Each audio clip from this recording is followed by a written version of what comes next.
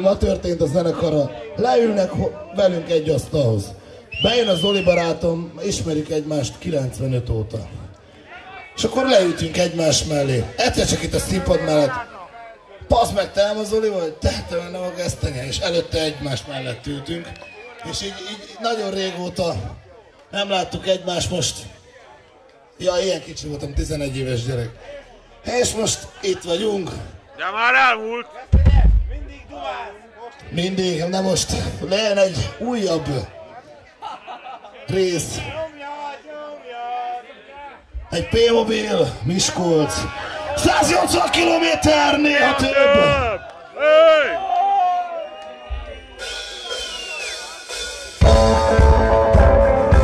Hallgassam a kezemeket!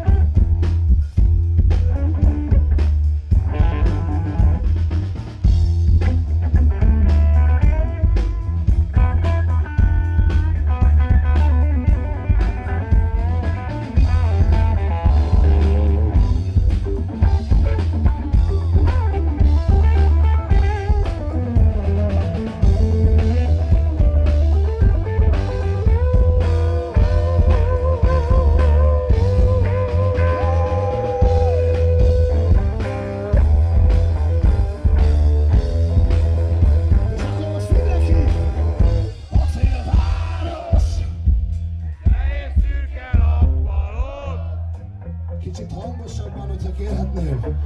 Ez a város! Mindig várni fog! Acélváros! Szürke nappalok! Na gyerünk még egyszer! Ez a város! Most nézzük meg együtt! Egy-két acélváros! Nehéz szürke nappalok! Ez a város!